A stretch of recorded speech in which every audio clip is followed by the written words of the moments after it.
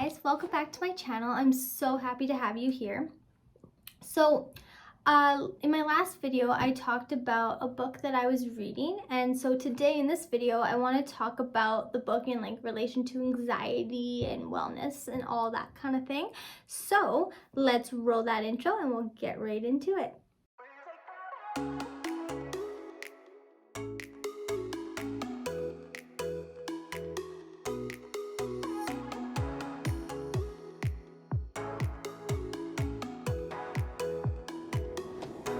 Alrighty, so as you guys know, I've started this new book recently, and today we're going to be talking about the first little bit that I've read so far, and kind of how it's relatable to me personally, and kind of what I go through on a day-to-day basis pretty much.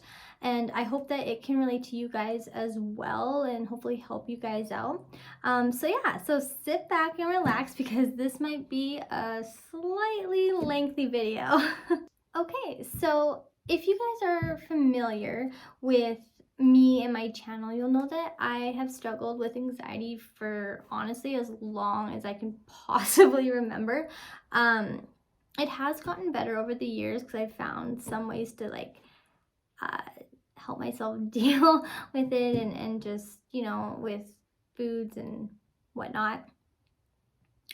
But some days are worse than others, and so I started this YouTube channel to share my experience with you guys with stress and anxiety, as well as other mental health struggles as well.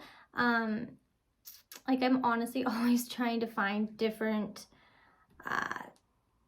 and better ways to help my anxiety, to just kind of make it better. And if anybody wants advice or my opinion, then I'm here to share it, because I do research for myself in order to have just a overall better life, right? And so my hope is that it really helps you guys as well, and that you find it relatable. So yeah, this book that we're gonna be talking about, I really hope that it's gonna help a lot, and I'm basically kind of just giving my opinion kind of on it. There are some things in here that I will be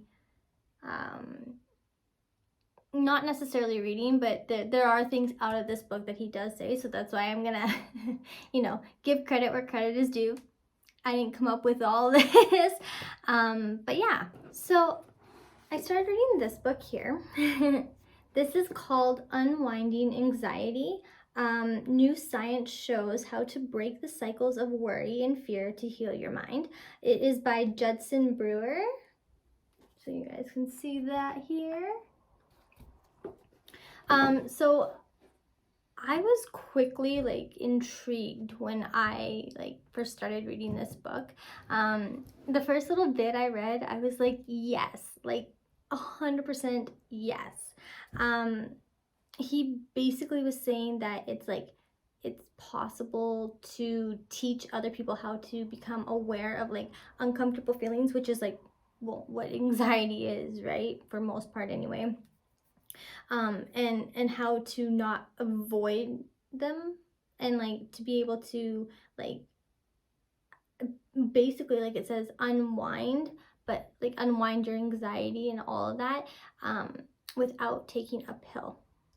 And I heard that, well, read that, and I was oh my gosh, yes, I would absolutely love to not take any anxiety pills and literally have it, well, I'm hoping cured, or just not so much, and be able to have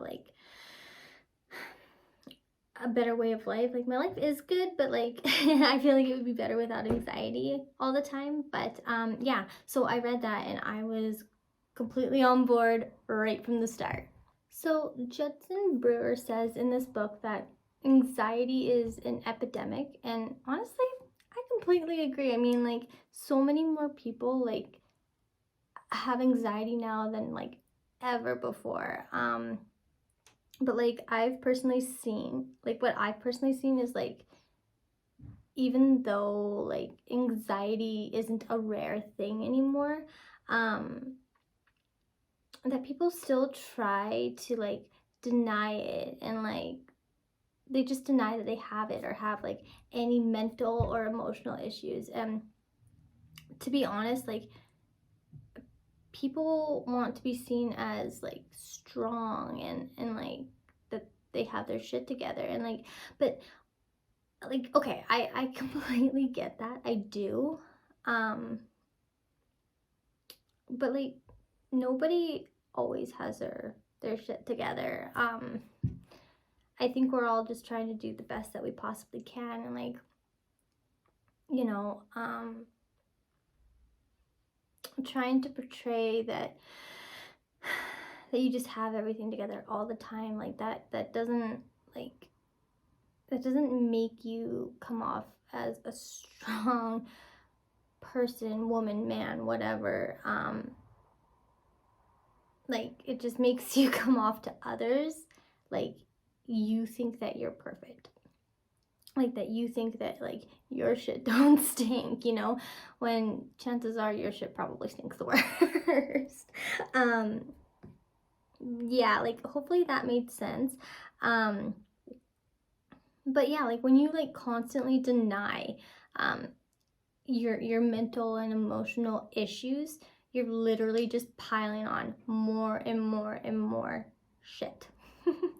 Like literally you're piling more on top of the shit that you already have. Like you're making it worse and worse and harder for yourself, and as well as like the other people that are in your life. Like literally the first step to fix any mental or emotional issue is to recognize that there is an issue. And then, you know, stop denying your issues and then be proactive in fixing and solving them. And a lot of the time people, you know, like have a hard time with that. And like, you know, I'm sure that I've been there too, like, you know, where it's hard to admit. It's not like sorry, let me just fix that a little bit. My feet were falling asleep. Yeah, like I get that sometimes it can be really difficult to admit when, you know, like you're struggling with something, or you don't want to be seen as weak. And a lot of the time, people, including like probably myself at one point, probably thought that that was like a weak thing to be like, hey, you know, but it's not a weak thing. Like honestly, it's so strong to realize and recognize your issues, and you know, to actually be proactive and fix them. Like in my opinion, at least, it's like insanely strong to not avoid, to not deny, and to like honestly own it. Own your shit. You know, own that, you know, you have these things but you're working on it. Like honestly, there's like no point, like why would you want to live in honest like misery and struggle and everything when you can just fix it? Like I know like sometimes I'm sure we've all been there where we're like, you know, it feels easier at the time to just, you know, forget about it, don't even think about it. um, you know, just pretend like it's not even there. Honestly, that just causes more issues, like not only for yourself but probably for other people as well too that are in your life. And like, yeah, just honestly, it's extremely like cowardly and weak to not face your things head on. Like I think honestly people respect people more when you face your crap, when you face all of your things, like anything that you struggle with.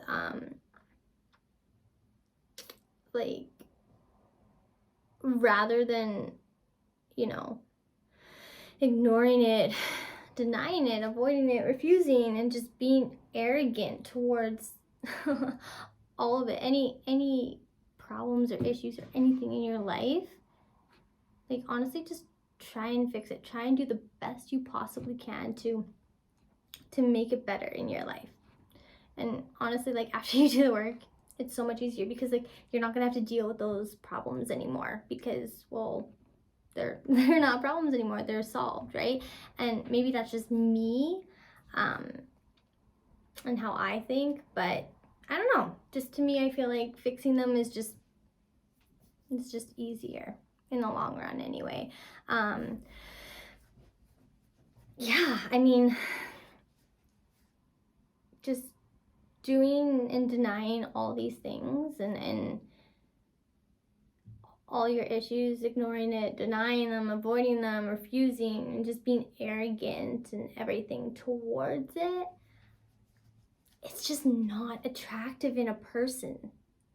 It's my opinion, but I just feel like you want to grow in this life, right? You want to become the best version of yourself. And to me, I think that we have these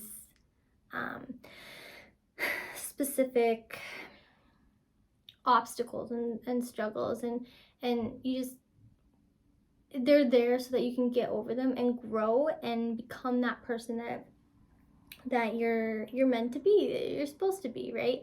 And you know, it's they're not always easy. They can be very, very difficult, but once you're over them, it's just like, like it's so much better. Like life, your overall life gets better. Like, and I've been there where I've had to get over just certain things, or like things like with anxiety and all of that, you know, like I still have anxiety, but like the little obstacles that I do get over, yeah, you just, you feel amazing, and it's almost like, hey, I can take on the next one. But yeah, that's just kind of the thing, is just don't ignore these things. Work on them, because chances are it's going to somehow, even if you don't see it, it's going to make you an even better person. So another good point that he makes in this book is anxiety like hides in people's habits. So what he means by that is it comes up in like different behaviors, because you're trying to like disconnect the feelings of the anxiety.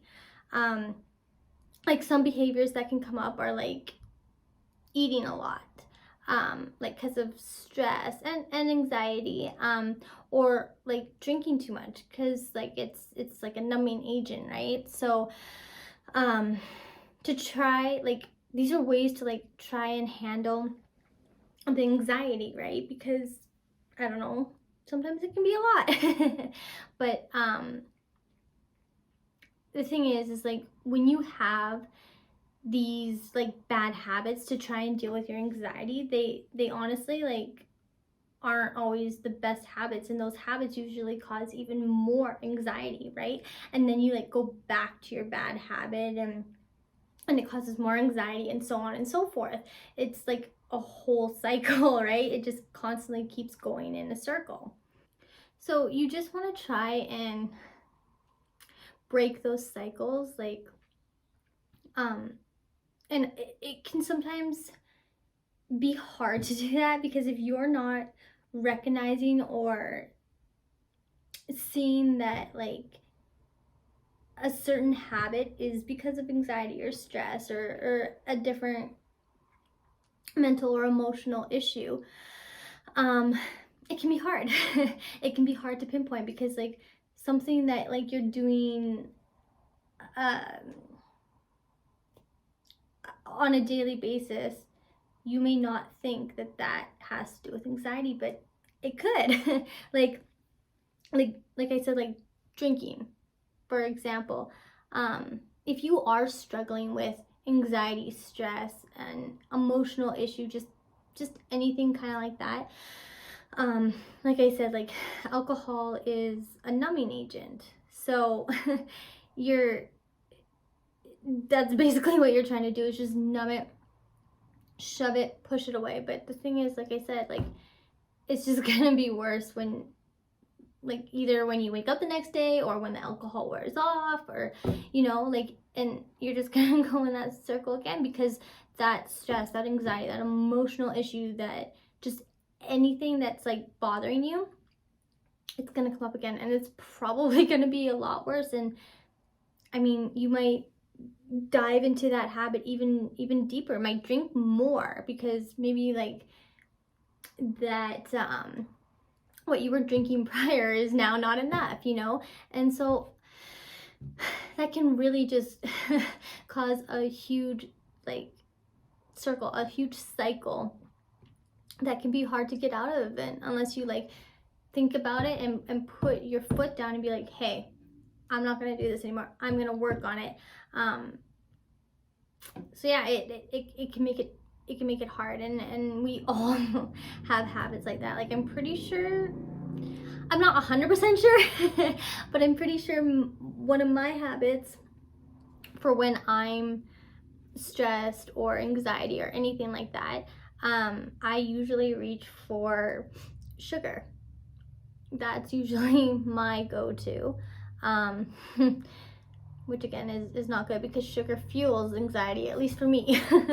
So, and there's nothing wrong with, like, say, having a drink every once in a while. There's nothing wrong with having some sugar once in a while. But when you use it to help and make yourself feel better and try and like fix that issue with it, when it's not gonna fix it, it's just gonna make it worse. But at the time you feel like, hey, this is helping. It's like I don't know, when you're upset or have like a broken heart or something, you're like, hey, ice cream makes everything better. And it may, but it's probably in our subconscious, where we've heard it for so long that, hey, ice cream, but if you're in these cycles, it's not going to help unless you break that cycle. Hopefully that makes sense. But another good point that he made was like symptoms that you don't always like put together with like anxiety, stress, emotional issues, is like things like bloating, or like even severe bloating, stomach cramps, and like having to go to the washroom like all the time, like a lot. And I don't know, in some cases, sometimes, like, depending on where you are, if it's like a new place, your mind's gonna run and be like, hey, where are the amenities that I need? Like say if you do have to go to the washroom a lot, you're gonna probably map out in your head, hey, where's the washroom for this, And so that's kind of like what like anxiety does to you, right? And if you're not handling it, these symptoms just keep getting worse, like they do. I've been there. I've definitely been there, where like I'll have really bad anxiety, and I don't know, like I think everybody has their, I don't know, security blankets in some way, shape, or form. And I don't know, like, if I've ever necessarily mapped out amenities, but I always have certain things with me just in case. And I guess you can, yeah, kind of say that they're like security blankets in a sense, but they're good to have. And they are things that calm me down. There are things that make me feel better. There are things that help me deal with my personal anxieties, right? And honestly, I mean, for me, I don't think that that's necessarily a bad thing, as long as it's not like, if you're like abusing a substance or anything like, and which I'm not, like, I don't do, like, that's not my thing. But yeah, if you just have something like, I don't know, if say anything that calms you down, I don't know, say food calms you down, but don't overdo it, right? So it's like maybe have a granola bar in your bag or something, or like say a lot of time water helps a lot of people. Have some water with you, or something like a fidget spinner or something if you're a fidgeter, right? It's just these things that, you know, will calm you down in the moment and, you know, help you to think a little more clearly once you calm your mind down, right? So that's kind of my experience on that. Like sometimes like if I'm insanely like nervous or my anxiety is like really just going off the walls, um like I'll feel like quite sick. Like I won't be sick, but I'll like feel sick. And it's funny because when that happens, like I know it's anxiety, but it fuels it more and I start feeling even worse. So it's kind of funny. So then like, you know, you have to train your brain to be like, no, you're okay, you're fine. And then you think of like calming things. It doesn't matter what it is, whatever it is that calms you down, just think of that. I don't care if it's stupid or you think it's stupid or someone thinks it's stupid. It doesn't matter. It calms you down, right? So that's kind of what I've trained myself to do in whenever anxiety happens in certain situations, right? So that's part of learning your anxiety and learning the things that help you combat that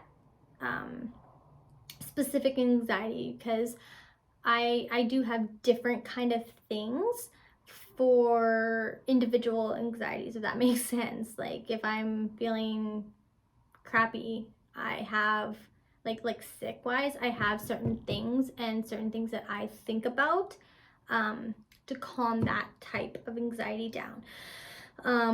If it's say, I don't know,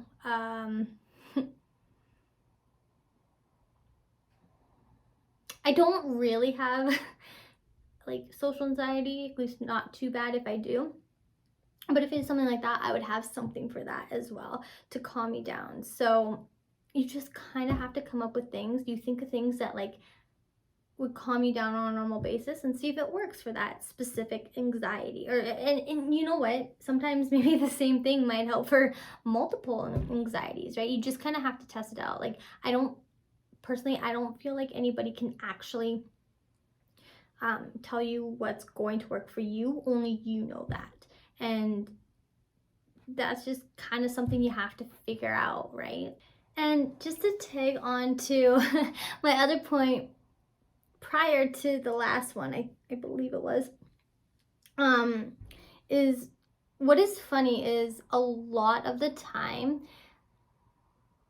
like before you start realizing and working on your anxiety or emotional issues or stress or anything, we'll try and come up with like some other reasons that like other reasons for the symptoms, as long as it's like not anxiety or stress or emotional issues or just anything mental or emotional. And I'm like, why? Like I mean, why do that? But then I think about it and I'm like, well, because society likes to portray like having anxiety or mental or emotional issues, stress, whatever, is weak.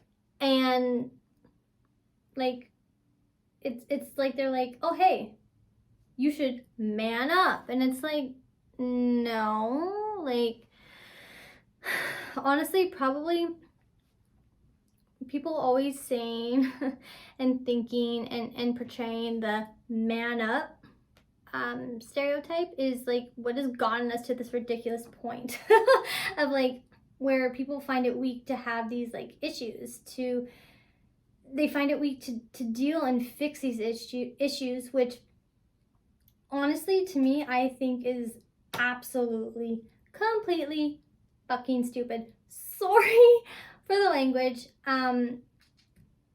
but it's true. Like it's not weak. Like they think it's completely weak to think that, you know, like struggling with these things, and it's weak to think that like it's weak to get help and work on these things. And I'm just like I'm like here thinking, what? Like that's no. Like honestly, like in my opinion, the people that are thinking that any of that is weak should get their heads out of their asses. Again, I'm sorry. It's just, you know, they everybody has their own shit. Everybody has their own struggles, and like it is strong to own your own shit. It is weak to deny it. It's weak to pretend that it doesn't exist, to make excuses for it. Like you're only honestly harming yourself when you do that. Like I do get it's hard, and like you don't want to see like what's like staring you in the face.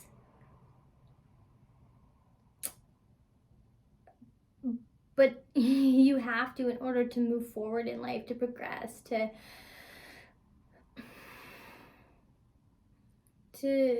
change for the better, right? I just like want to see the world change for the better. So until you learn your anxiety symptoms, they will like only get worse. And then in turn, it'll also affect other areas of your life. Like, okay, even it says in this book that some people sometimes wake up in the middle of the night, in a panic, like a panic attack, and that's a symptom that I've also had before. I don't have it all the time, but sometimes I still get panic attacks like that. It's like literally where you wake up and you're like freaking out, and you're like having a hard time breathing, and you're like all hot and sweaty and gross, and like you literally don't know why. Like you've literally went to bed fine. You did not have like any nightmare, any bad dream, nothing. Like it's literally odd like how that happens, and it's not fun at all. Like, but I mean, like you have to learn like to recognize that kind of thing, like recognize that it's just a panic attack, that you know, you just have to calm yourself down, and that's where you you figure out calming mechanisms, or like calming things that you would do just to get yourself to that good state where you can like then fall back asleep, right? So it's funny how anxiety works sometimes, because something that would like give me like a full-on panic attack could like literally not even bother the next person like at all, like not one bit. And like anxiety is just super funny that way. It's basically like a violin or guitar. So with anxiety, it's like there's like a string loose. Like I mean that in the best way possible, but it's basically you want to tighten that string. And so that's kind of what this book is going to help me do, and hopefully I can share my tips and tricks that I learned from this book as well. And then we can all like tighten up our anxiety strings or whatever. But yeah, usually though, typical symptoms of anxiety are like things like edginess, restlessness, getting really tired like easily. I know I have that one. Also your concentration isn't the best, and you're really like irritable and like have like some muscle aches sometimes. That one I'm not sure, like I think I've had that, but I mean muscle aches could like be contributed to like a lot of different things, so that one can be a little hard to figure out if it is anxiety or not. But you'd also have trouble sleeping as well. So like with some anxiety, like a way that it could show up, like other than like those ways, is sometimes for people, they'll have like excessive like planning, like be really, really organized, and just want to have like control over everything. And I mean, like those two things can also be like completely separate. Like you could just like love planning, and then you might just like always being in control, right? Which I think, I don't know, for me, I mean, I am a planner, but I'm also, I can also go with the flow depending on, I guess, what it is. But like if a plan gets like changed or something, like it's not a huge deal for me. It's like, okay, well, we'll plan it for the next day or a different day or whatever. Like that's totally fine. But like for like organization, I just like my stuff being organized. I just like to be organized. Honestly, from after reading like the little bit of the book that I have, seeing that, I was like, huh. I wonder if like being like liking to be organized is part of anxiety. Like I don't think it's like a full on thing with anxiety. Like I think it's always good to be organized. I think like if it goes like beyond then it might be. But you know, there's all different kinds of things, and these are just a few examples of where anxiety can show up in your like day-to-day life, where you may have not thought that, oh, that's anxiety. So that's basically all like what that's talking about. Another thing that the book had said was that anxiety likes to like attach itself to like anything it possibly can, like as in like your thoughts and stuff, any possible thought. It literally takes like, it could be like the smallest thought, and it could just turn it into worry. Like I've had that, and like it can like wreak absolute havoc on you. And like some days, like whether the thought is like an actual like legitimate thought or just like something that's totally out there, you still worry. Like I've had anxiety where and where it's like actually like latched onto a thought, where I'm like, say, doing something like, I don't know, like anything, like cleaning. And depending on how much it's latched on and how bad the anxiety is, sometimes my anxiety gets debilitating, where like literally I can't move. Like it doesn't last for too long. Like I try to get my mind going, like, okay, no, it's fine. But yeah, sometimes literally like I'll be doing something and I'm like, no, I can't move. Like it's insane what anxiety can do to you. And you know, trying to work on it, like when it's that bad, like honestly, that had actually happened to me prior to me going on stress leave, when I did I don't know, I'd say what was it, probably, yeah, about a month ago, a little over a month ago already. But that was like one of the things that like I think showed to me that I'm like, okay, I need to take time out. I need to work on myself.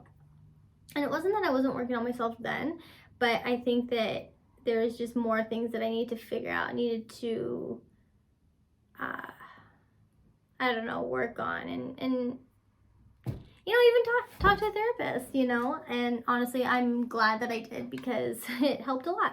Like I've said, I think in my other videos.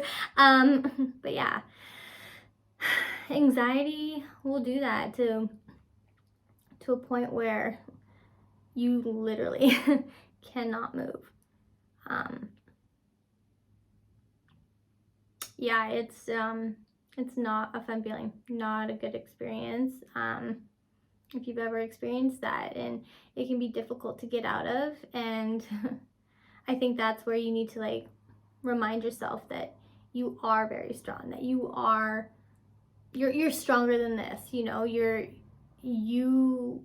can fight this, you've got this, like. And that, at least for me, is sometimes one of the ways that I start to get out of it. Yeah. It's just difficult. I think you have to be in that situation to fully understand what it's like, but it's literally like you're like frozen, like you can't move, and like you're there but you can't move. It's just not fun, and I don't wish that on anybody. When anxiety does do that to you, like where you're frozen, you also want to like tell it to like piss off. At least I do. Like, say you're feeling like you're dying, but you're really not. You just say to yourself, I know it feels like I'm dying right now, but I'm not. And I get it. Sometimes it's easier said than done. Which, yeah, you're saying it to yourself, but when you're frozen and you're like stuck in that anxiety, it's hard to think clearly, to think of these things to do. But the more that you try to think of it when you are in these situations, the easier it becomes. And trust me, it doesn't happen overnight. Like it sucks, but it does take like, I don't know, like it depends, I think, on how much you get anxiety and how many times you try it. So it could take, I don't know, a month. It could take a year. It could take less, more. It's all dependent on you, right? But basically, it's your brain playing games with you. You have control of you. That's ultimately what it is. And when you're in an anxiety attack, a panic attack, frozen, whatever it is, it's really hard to think about that. It is. I've been there. It's hard to think of all these tools that you have, that have either been taught you or you've taught yourself. But like I said, the more that you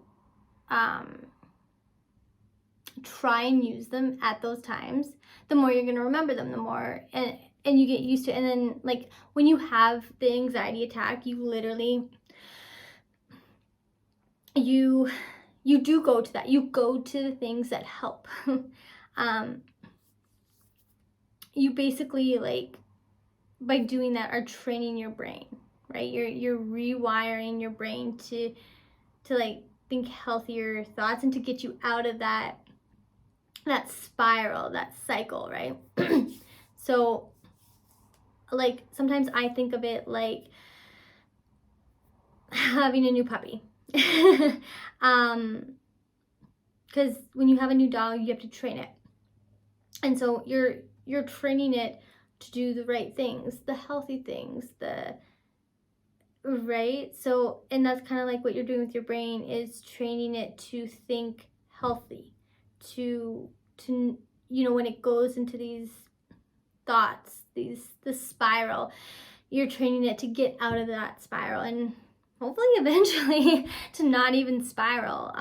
But yeah, that's what you're trying to do.